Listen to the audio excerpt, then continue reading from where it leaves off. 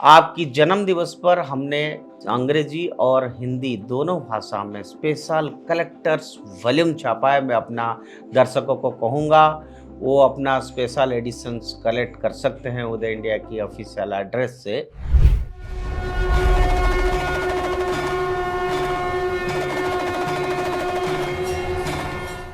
नमस्कार, उदय India digital में आप सबका बहुत बहुत स्वागत है। मैं हूं दीपक कुमार रथ। मित्रों, भारत की प्रधानमंत्री, कितनों की लवेबल प्राइम मिनिस्टर, आज 75वां जन्म दिवस है और हम उदय इंडिया की परिवार की तरफ से आपको बहुत बहुत जन्म दिवस की बधाई दे रहे हैं। और आपकी जन्म दिवस पर हमने अंग्रेजी और हिंदी दोनों भाषा में स्पेशल कलेक्टर्स वॉल्यूम छापा है। मैं अपना दर्शकों को कहूँगा वो अपना स्पेशल एडिशंस कलेक्ट कर सकते हैं उदय इंडिया की ऑफिशियल एड्रेस से। और जो विशेष संस्करण हमने छापा है उसके अलग अलग अध्याय में बहुत सीनियर लोग, रिसर्चर्स, एकेडमिशियंस, ब्यूरोक्राट्स, ये सभी लोग प्रधानमंत्री नरेंद्र मोदी के जीवन, इतिहास और चिरस्थायी विरासत का गहन और सटीक हम लोगों ने विश्लेषण प्रस्तुत किया है।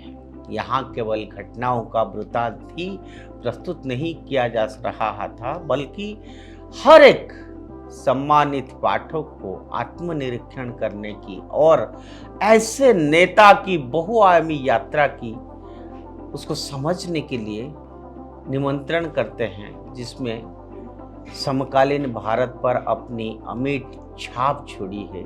नरेंद्र मोदी जी का जीवन एक कर्मयोगी के कठिन निर्माण की प्रक्रिया है, एक ऐसा प्रक्रिया जो दिनों, महीनों या वर्षों से नहीं बल्कि एक उच्चतर उद्देश्यों के निरंतर आह्वान के जरिए मापी जाती है। अपने जीवन के आरंभिक वर्षों से ही नरेंद्र मोदी ने अपने शरीर, मन और आत्मा पर नियंत्रण पाने की अपनी खोज शुरू कर दी थी, जिसके लिए उन्होंने स्वामी विवेकानंद जी की शिक्षाओं को प्रतिध्वनित करते हुए गहन आत्म अनुशासन के मार्ग पर चलना शुरू कर दिया था।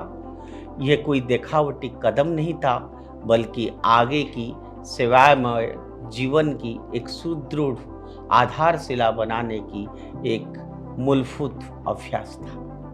प्राणायाम के दृढ़ अभ्यास और अटूट आत्म संयम के माध्यम से उन्होंने एक ऐसी मानसिक और शारीरिक दृढ़ता विकसित की जिसने उन्हें राजनीतिक युद्ध के अस्त्रों से अभेद बना दिया है। यही कारण है मित्रों कि नरेंद्र मोदी के विरोधी उनकी संकल्प को कमजोर करने का अपने प्रयासों में लगातार वो लोग असफल होते रहे, लेकिन मोदी जी हमेशा सफल रहे।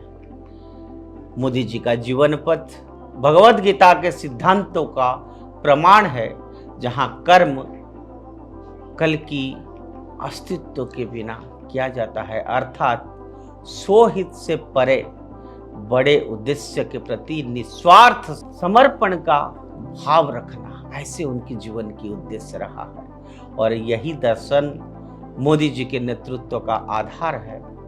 मोदी जी की सबसे बड़ी ताकत उनकी राजनीतिक रणनीति में नहीं, बल्कि विचारों की शुद्धता और उद्देश्य की स्पष्टता बनाए रखने के दृढ़ संकल्प में निहित थे, जो मूर्त सफलताओं को और राष्ट्र के लिए प्राप्त लक्ष्यों में परिणत हुई है।